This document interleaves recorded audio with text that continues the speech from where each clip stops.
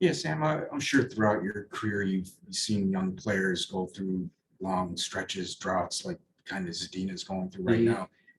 Do you typically say anything to them, offer encouragement, advice, or anything, or do you just kind of leave that up to the coaches? Or Oh yeah, for sure. I mean, I've been through it myself, so I understand the feeling. I'm sure. I mean, there's a ton of pressure involved in it. You put pressure on yourself to succeed, and there's outside noise as well, and it's tough to handle as a young player in the best league in the world. So absolutely. I mean, you try and help with their confidence.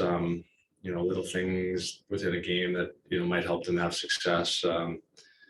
But yeah, I mean, at the end of the day, like it's it's a really tough league to produce in, and if you can bring other things, it helps you as your career goes along. And um, you know, for Philip specifically, I feel like the offense will come for him. He's got great talent. He works really hard at his game.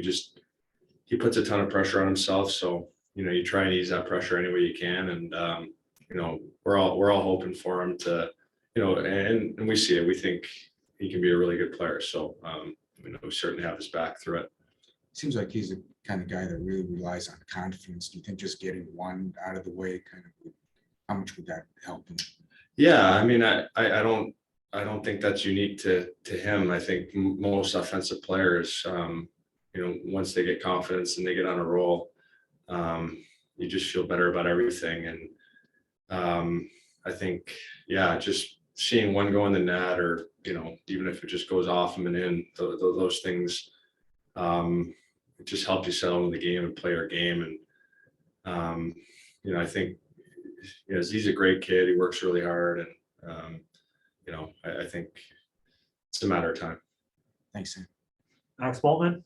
One more quick one on Zadina. Jeff has talked about how he's a guy who measures himself a lot on his shot and putting the puck in the net. Like, when you have a guy like that, how do you balance between, like, hey, you don't have to emphasize that as everything, but it's obviously still something that he takes a lot of pride in, part of what got him here. Yeah, I mean, you still want your strengths to be your strengths, right? And I think he works hard at that, and he wants to continue to be a part of his game, and I think that's great. And I think there's a lot of different ways to have an impact on the game at this level, and you need to continue to build out your game to the level where if the puck's not going in the net for you, then at least you're contributing in some way. And I think he's done that. I mean, he like I said, he puts a lot of pressure on himself, and he wants to be a consistent producer for this team, and he wants to be an important part of the group. And it has nothing. I mean, and you love to see that as a teammate. So you help him in any way you can, and I think once those start going in for him, it allows you to kind of relax and make plays that aren't just scoring goals too. So hopefully that happens for him. As a team, you guys have had some ups and downs here lately. How do you feel like you guys have handled kind of the highs and lows here? Yeah, I mean, we had a couple wins against Buffalo and thought we played well, and then even the last couple of games, I mean, the game against Dallas, we felt like we let 2 points slip away, or a point, I guess. But yeah, I mean, I thought we played really well that game, and just need to find a way to win it, and that's part of the maturation process. So I need to grow there. And then in Nashville, we're right there. I mean, they score a power play goal, we don't, and I thought we did some good things. So we got to keep building. There's a lot of ups and downs throughout the season, and you got to make sure to stay up when things aren't going your way, and hopefully turn this thing. It seems like this is kind of the time where it's the dead of the season. I'm sure everyone's worn down, especially the schedule you guys have had. But it's also kind of the time when the urgency for most teams really picks up really high. Yeah, absolutely. It's a tough thing for a young group. Like, we haven't, for the most part, most of the guys haven't been through these ups and downs throughout an 82 game season, and everything that comes with that. And as a veteran player, you try and be a guy that guys can lean on. And there's so many different situations that that are first for guys. You look at, our West Coast trip and coming back and playing right away. Those are tough games and not something that guys have done very, very often. So you learn as you go along, and for the most part, I think we're building, and we just gotta keep going in that direction, and hopefully the results start to come. Thanks, Sam. Ken Colton? Hey, Sam, since you've been here a while now, when you got here, did you think Tyler Bertuzzi was the type of player that he's become? I mean, you know what I mean? It's like, when you got here, did you think he was the type of all-around guy that he's become over the last couple seasons, or what were your thoughts when you came in here? Yeah, I mean, you certainly gain a deeper appreciation for his game when you're on his team, and you see kind of what he's able to do night in and night out. I mean, we were talking about the other night, he's just one of those guys, the puck seems to follow him around, and you think he loses it and he gets it back, and he strips a guy, and he makes a play through somebody. And I mean, he's just a great hockey player. This is what it comes down to. He's a guy that I would, for younger players to, watch him play. I mean, he's all over the puck. He hounds it, and when he gets it, he keeps it. And he's been a huge part of our group. And it's good to see him come back from the injuries last year and have the year he's having. Sam, do you think he's a little underrated even around the league? Do you think most people consider him just kind of like an agitator type of guy? I mean, he probably may not know that he's as well-rounded as he is, I guess. Probably. I think, the guys that are, they don't pop out at you because of their skating or their shot or anything like that. They tend to be a little underrated. So, I mean, he's just a guy who's got great hockey sense. He knows where to be on the ice. He wins tons of battles, and, he's the type of guy that come playoff time, he'd be a great player. So, yeah, he's a great teammate.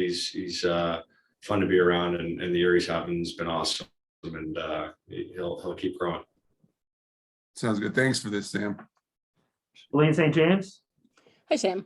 With Philip Sedina, what do you tell him, in regards to having been drafted so high? There's such great expectations that comes with that, and you know that, but it's not.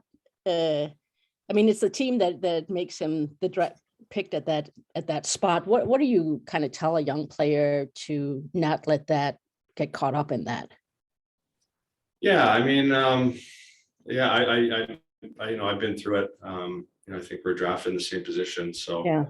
I understand, what it's like. And, it's a similar situation in the sense that, we're kind of turning the corner and have some other young players coming up. And,